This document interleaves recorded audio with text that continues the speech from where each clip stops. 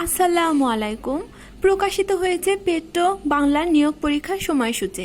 আপনারা video thumbnail দেখে বুঝতে পারছেন আজকে আমি পরীক্ষা পদ্ধতি, কতক্ষণ পরীক্ষা অনুষ্ঠিত হবে এবং এক্সাম টেকার সহ কোন কোন পদের পরীক্ষা অনুষ্ঠিত হবে এই বিষয়ে বিস্তারিত বলবো। By the way, turning point with Fahia YouTube চ্যানেলে আপনাদের স্বাগতম। এখানে আপনারা পাবেন job circular, job exam notice, job exam suggestion এবং জব প্রিপারেশন রিলেটেড বিভিন্ন ভিডিও। পেট্রো বাংলার নিয়োগ পরীক্ষা 22 এবং 29 নভেম্বর অনুষ্ঠিত হবে। মোট 9টি পদের পরীক্ষা অনুষ্ঠিত হবে।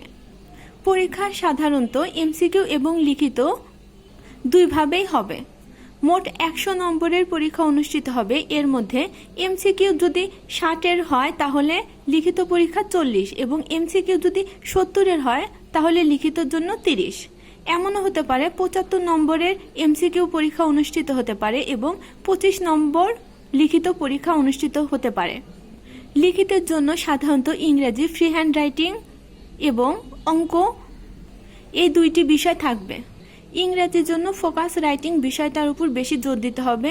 সেক্ষেত্রে সমসাময়িক বিষয় এর উপর খুব ভালো দক্ষতা থাকতে হবে।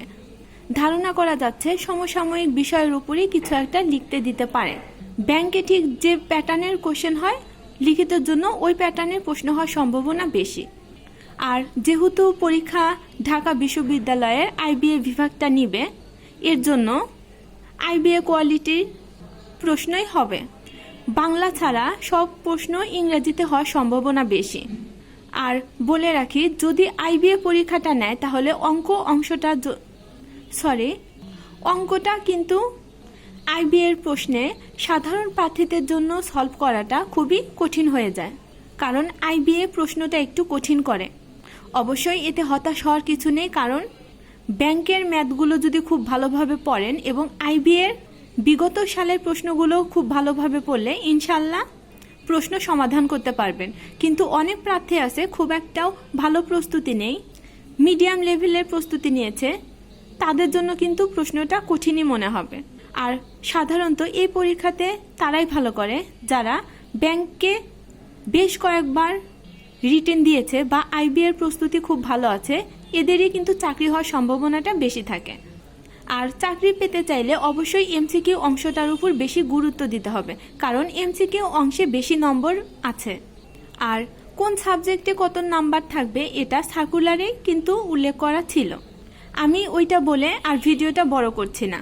আপনাদের যদি দরকার হয় তাহলে অবশ্যই গুগল থেকে সার্কুলারটা ডাউনলোড করে দেখে নেবেন। পরীক্ষাটা 10টা থেকে 11:30 পর্যন্ত অনুষ্ঠিত হবে। এখন বলবো কোন পদের পরীক্ষা কবে অনুষ্ঠিত হবে। সহকারী ব্যবস্থাপক প্রশাসন, সহকারী কর্মকর্তা আইন, সহকারী কর্মকর্তা লাইব্রেরি, নার্স অথবা ব্রাদার, এই পদগুলির পরীক্ষা 22/11/2024 তারিখে অনুষ্ঠিত হবে। সহকারী কর্মকর্তা প্রশাসন, সহকারী ব্যবস্থাপক অর্থ, সহকারী কর্মকর্তা অর্থ, সহকারী ব্যবস্থাপক চিকিৎসা, সহকারী ব্যবস্থাপক আইন, এই পদগুলির পরীক্ষা 29/11/2024 তারিখে অনুষ্ঠিত হবে। ইতিমধ্যেই প্রবেশপত্র ডাউনলোডের তারিখ প্রকাশিত করেছে এবং SMS এসেছে, তাই প্রবেশপত্র ডাউনলোড করে আপনার কেন্দ্রটি খুব ভালোভাবে দেখবেন এবং মনে রাখবেন। অনেকে আছে পরীক্ষার সময় ভুল কেন্দ্রে উপস্থিত হয়। আর যাদের প্রবেশপত্র ডাউনলোড করার SMS আসেনি, তারা আপনাদের আবেদনের সময় যে হার্ড কপিটা আছে ওই হার্ড কপিটা দিয়েই প্রবেশপত্র ডাউনলোড করতে পারবেন, তাই চিন্তার কোনো কারণ নেই। আর শেষ সময়ের প্রস্তুতির জন্য বলবো, আইবিএর বিগত সালের প্রশ্নগুলো দেখুন। বিভিন্ন চাকরি পরীক্ষাতে আইবিএ কী ধরনের প্রশ্ন করেছে এবং কোন অধ্যায়গুলো থেকে প্রশ্ন বেশি করেছে ওই অধ্যায়গুলোর উপর বেশি জোর দিন। ভিডিওটি দেখার জন্য ধন্যবাদ। আল্লাহ হাফেজ।